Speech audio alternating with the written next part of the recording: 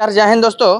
तमिलनाडु प्रकरण में संस्थापक अध्यक्ष मनीष कश्यप अभी आर्थिक अपराध इकाई के रिमांड पे है और डिजिटल मीडिया पर एक ही न्यूज़ ट्रेंड कर रहा है, चाहे वो फेसबुक हो, यूट्यूब हो, इंस्टाग्राम हो, ट्विटर हो, कहीं भी आप जा रहे हैं तो मनीष कश्यप और सिर्फ मनीष कश्यप का क्या हुआ, कब तक छूटेंगे, क्या हो रहा है उनके साथ, अभी किस स्थिति में है, इन्हीं सारी चीज़ों पर बात करने के लिए मेरे साथ मोतिहारी सिविल कोर्ट के सीनियर अधिवक्ता हैं एसके पंकज जी। सबसे पहले आपका स्वागत है।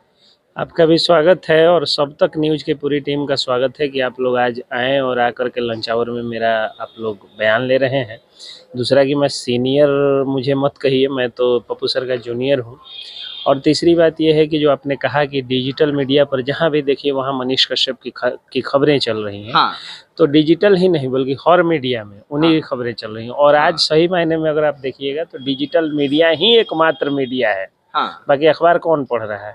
हाँ। आप कमेंट में बताइए, एक आदमी भी, कोई आदमी आपके ये में जाकर के कोई एक आदमी बताए कि कोई अखबार पढ़ता हो, या कोई एक आदमी बता दे जो टीवी पर बैठ करके, बड़े एलईडी स्क्रीन वाले टीवी पर बैठ करके और 1 घंटा कभी टीवी देखता हो। हाँ। कभी नहीं। ट्रेनों में, बसों में, बाथरूम में, वो क्या कहा जाता है कि वॉशरूम में ब्रश करने के टाइम लोग मोबाइल रख करके देख लेते हैं, इससे ज़्यादा किसी को टाइम नहीं होता है। हाँ। तो उसमें काम जो है वो जो हैंड्स में है, जो आपके का मोबाइल फ़ोन है, जो यूट्यूब, फेसबुक, इंस्टाग्राम, ट्विटर इत्यादि पर आता है, वही मीडिया बनी है। जो आपने कहा कि आपको लोग पत्रकार मानने से इनकार कर रहे हैं। हाँ। तो ये कौन लोग हैं जो मानने से इनकार कर रहे हैं? मान लीजिए कि देश की 90% से ज़्यादा जो व्यूअर्स हैं वो आज डिजिटल मीडिया को देख रहे हैं। तो फिर ये कौन होते हैं मानने वाले या नहीं मानने वाले?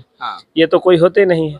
और रह गई बात, ये वही लोग हैं जो आपको पत्रकार नहीं मानते हैं, जिनकी अब दलाली की दुकान डिजिटल मीडिया के पत्रकारों ने बंद करा दी। अब हम लोग आते हैं विषय वस्तु पे। तमिलनाडु प्रकरण में जिस प्रकार से मनीष कश्यप के ऊपर जो धाराएं लगी हुई हैं, उसके बारे में, उन धाराओं पर हम आपकी प्रतिक्रिया जानना चाहेंगे, आपका व्यक्तिगत प्रतिक्रिया जानना चाहेंगे कि जिस प्रकार से उन्होंने जाकर समर्पण किया, उसके बाद में जो आर्थिक अपराध की एक टीम ने जो धाराएं उन पर लॉन्च की हैं, और उसके बाद में जिस प्रकार से उनको गमछा से मुंह ढक करके जैसे एक आदतन अपराधी को पेश किया जाता है सीजीएम के पास में, उस तरह का विधि व्यवस्था, इसको आप किस नजरिए से देखते हैं? देखिए, पुलिस को यहाँ पे ऐसा नहीं करना चाहिए था। हाँ। और सीआरपीसी का ये एक तरह से वायलेशन भी है। सीआरपीसी में एक रूल है कि कोई आदमी अगर खुद से सरेंडर करता है, हाँ, तो उसको जो है, हाँ, उसको सबसे पहली बात तो सीआरपीसी का वायलेशन है कि अगर कोई आदमी खुद से सरेंडर करता है तो उसको हथकड़ी पहना देना, कपड़ा मुंह पर गमछा से मुंह ढक देना, नीचे बैठा देना, ये कहीं से सीआरपीसी के जो है वो दायरे में नहीं आता है। दूसरा, जो आपने एक्ट्स की बात की, तो एक्ट्स और एक्शंस को आप मैच करके देख लीजिए। अब 153 है दंगा भड़काने की, मतलब क्या कहा जाता है वो, उसको किसी को इंस्टिगेट करना, किसी को उकसाना, कॉज करने के लिए राइट को, दंगे को कॉज करने के लिए, जन्म, धर्म, निवास, रेशियल या किसी भी डिस्क्रिमिनेशन के आधार पर दंगा भड़काने की जो धारा है वो 153 है। हाँ। उसके अलावा आपको 505 लगा हुआ है, 467 है, 468 है, धोखाधड़ी की धाराएं लगी हुई है, 471 है, 120 भी है, IT एक्ट 2000 है, IT एक्ट 2000 है। हाँ। और ये धारा जो है वो लगी हुई है। तो हाँ, ये धारा को जब आप एक्ट्स एंड एक्शंस से दोनों को मैच करिएगा, हाँ, तो आपको मैचिंग नहीं दिखेगा। हाँ। क्योंकि जब आप देखिएगा कि हाँ, अब कब उन्होंने उकसाया, आखिर ऐसा हुआ है क्या? मनीष कश्यप, देखिए, इसके जड़ में जब आप जाइएगा ना, तो नेता लोग ही पाए जाते हैं। पुलिस जो है वो अपना काम बखूबी ढंग से निभाना जानती है, लेकिन नेता लोगों के प्रेशर से जो है वो पुलिस का एक्शंस जो है, वो पुलिस का एक्शन जो है वो गड़बड़ हो जाता है। यानी पुलिस अपने पथ से विचलित हुई है नेताओं के दबाव में, नेताओं के प्रेशर के कारण। हाँ। लेकिन ज्यादा दिन ये लोग नहीं पथ से विचलित होंगे। हाँ। जो करना था हो गया है, लेकिन अब पुलिस का सब लोग कोऑपरेट करें। मैं तो विनती भी किया था मनीष कश्यप के समर्थकों को, कानून को हाथ में नहीं लेना है। हाँ। और मेरी विनती कहीं ना कहीं लोगों ने स्वीकार भी की थी, जो लोग मुझे सुन रहे थे, देख रहे थे। हाँ। उन लोगों ने स्वीकार भी किया था कि कानून को हाथ में नहीं लिया था। हाँ।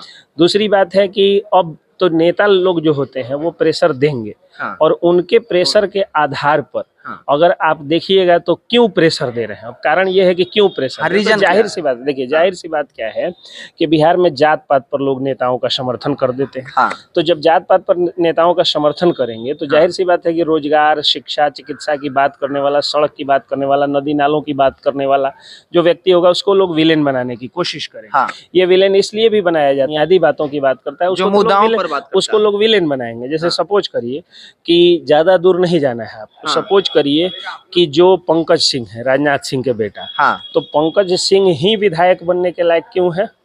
सवाल आप है। क्यों नहीं है? सवाल ठीक है, राजनाथ सिंह के बेटा अमित शाह ही क्यों जो है वो सचिव BCCI बनेंगे, के सेक्रेटरी। बीसीसीआई के सेक्रेटरी। उसी तरह तेजस्वी यादव ही डिप्टी सीएम क्यों बने?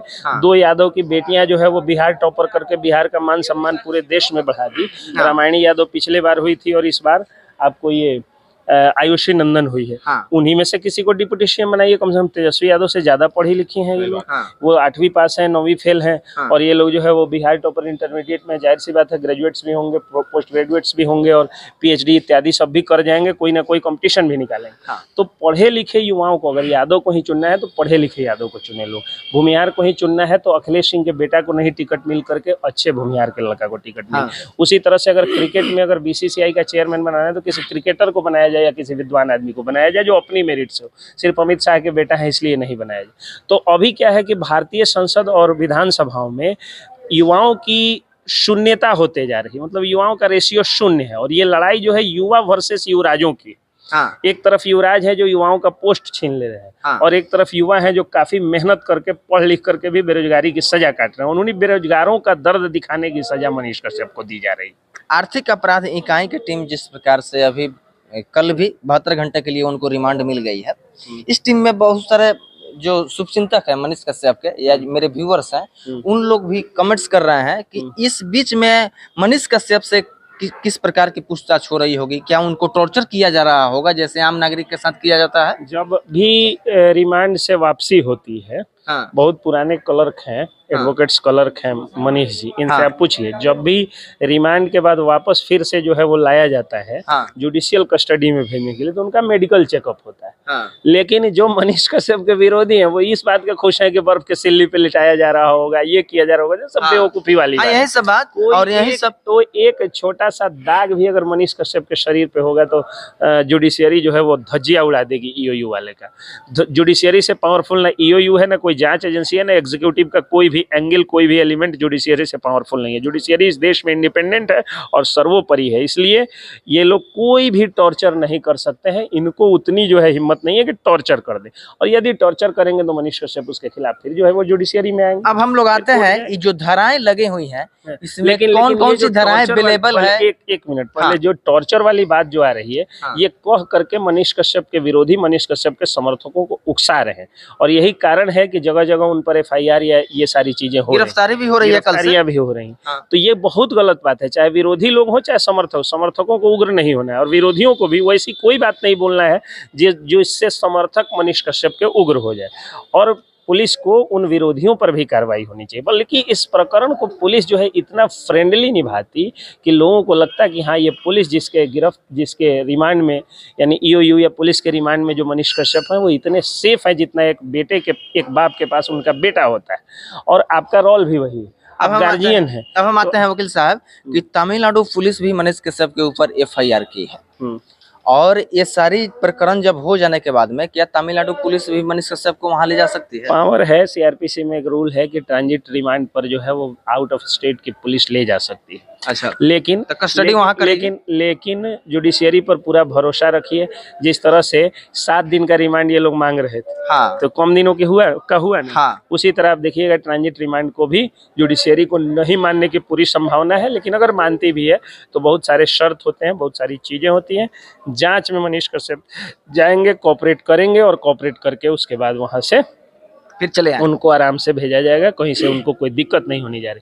और जो लोग मजे ले रहे हैं कि हम मनीष कश्यप जेल चल गए, तो मनीष कश्यप का जेल जाना बिल्कुल उतना ही सम्मानजनक है जितना कि महात्मा गांधी का जेल। जो अधिवक्ता है मनीष कश्यप के, शिवनंदन भारती, उनका एक बयान आया था कि हो सकता है इसमें ऐसे प्रावधान है कि 7 वर्ष, और वही वीडियो बार बार विभिन्न प्रकार से पेश करके शिवनंदन भारती जी जो है वो बहुत ही विद्वान अधिवक्ता है।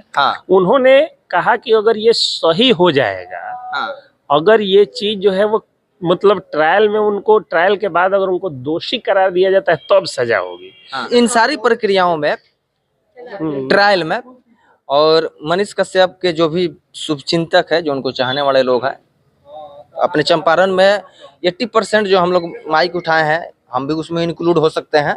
हम लोग उनको देख करके हम लोगों ने माइक उठाया, तो हम लोगों के लिए एक आप आपके द्वारा हाँ, हम मैं चाहेंगे बता कि दूं। कब तक वह आ सकते हैं, क्या देखिए, पहली संभावनाएं बात हो तो सकती ये हैं? जो आपने बात बताई कि मनीष कश्यप एक ऐसी शख्सियत है जिनको देख करके लोगों ने माइक उठाना शुरू किया। हाँ और वो डिजिटल क्रांति के प्रणेता हैं। हाँ जिस तरह हरित क्रांति, रजत क्रांति, श्वेत क्रांति इत्यादि हुई, हाँ। जिस तरह जेपी सेनानी लोग थे, हाँ। जेपी क्रांति हुई, और जिस तरह से स्वतंत्रता संग्राम हुआ, हाँ। तो स्वतंत्रता संग्राम वाले को क्या कहा जाता था? स्वतंत्रता सेनानी। सेनानी। जेपी क्रांति वालों को क्या कहा जाता था?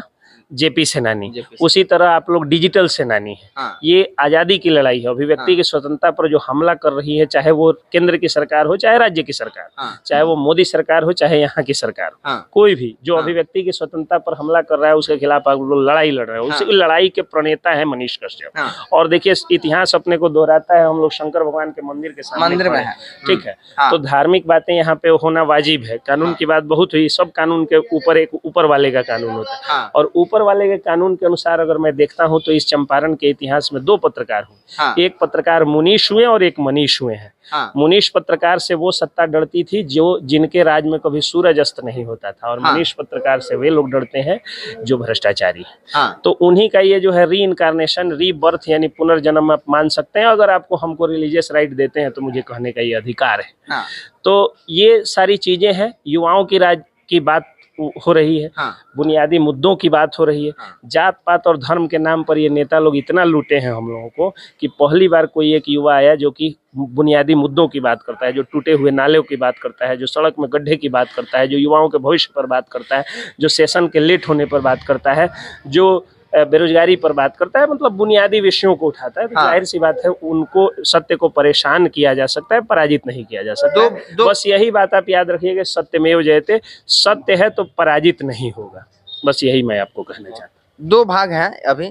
मनीष कश्यप के साथ भी कुछ लोग हैं, मनीष कश्यप विपक्ष में कुछ लोग हैं। अंतिम में लास्ट आपका सवाल है मेरा कि उन दोनों वर्गों के लिए आपका क्या संदेश रहेगा? जो पक्ष में है कानून को हाथ में नहीं लें, पुलिस पर, न्यायालय पर भरोसा रखें। हाँ। प्रशासन पर और न्यायालय पर आपको भरोसा रखना होगा। हाँ।